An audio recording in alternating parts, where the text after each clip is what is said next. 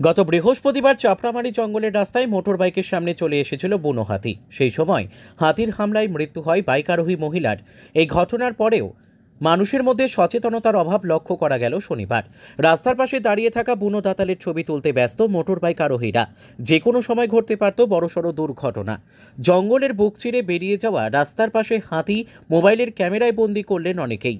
শনিবার বিকেলে লাটাগুড়ি ও গরুমারা জঙ্গলের মাঝে জাতীয় সড়কের পাশে একটি হাতি আপন মনে জঙ্গলের ঘাস খেতে থাকে। সে সময় ওই জাতীয় সড়ক ধরে বাইকে ছোট গাড়িতে করে যাওয়া অনেকেই রাস্তার পাশে হাতি দেখে গাড়ির গতি কমিয়ে দেন, আবার অনেকে দাঁড়িয়েও পড়েন। মোবাইলে হাতিটিকে ক্যামেরাবন্দি করেন অনেকেই, তবে হাতিটি শান্তভাবে খেতেই ব্যস্ত থাকে। বেশ কিছুক্ষণ রাস্তার ধারে থেকে হাতিটি গভীর জঙ্গলে ঢুকে যায়।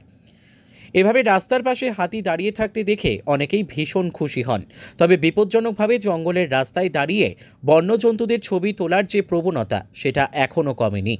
একের পর এক দুর্ঘটনা, মানুষের প্রাণহানি, কোনো কিছুই অতি উৎসাহী মানুষকে সচেতন করতে পারেনি। জঙ্গল পথে এই ধরনের প্রবণতা কমাতে বন দপ্তরকে আরও বেশি নজরদারি চালাতে হবে বলে মত পরিবেশ প্রেমীদের। ব্যুরো রিপোর্ট, আমাদের টিভি।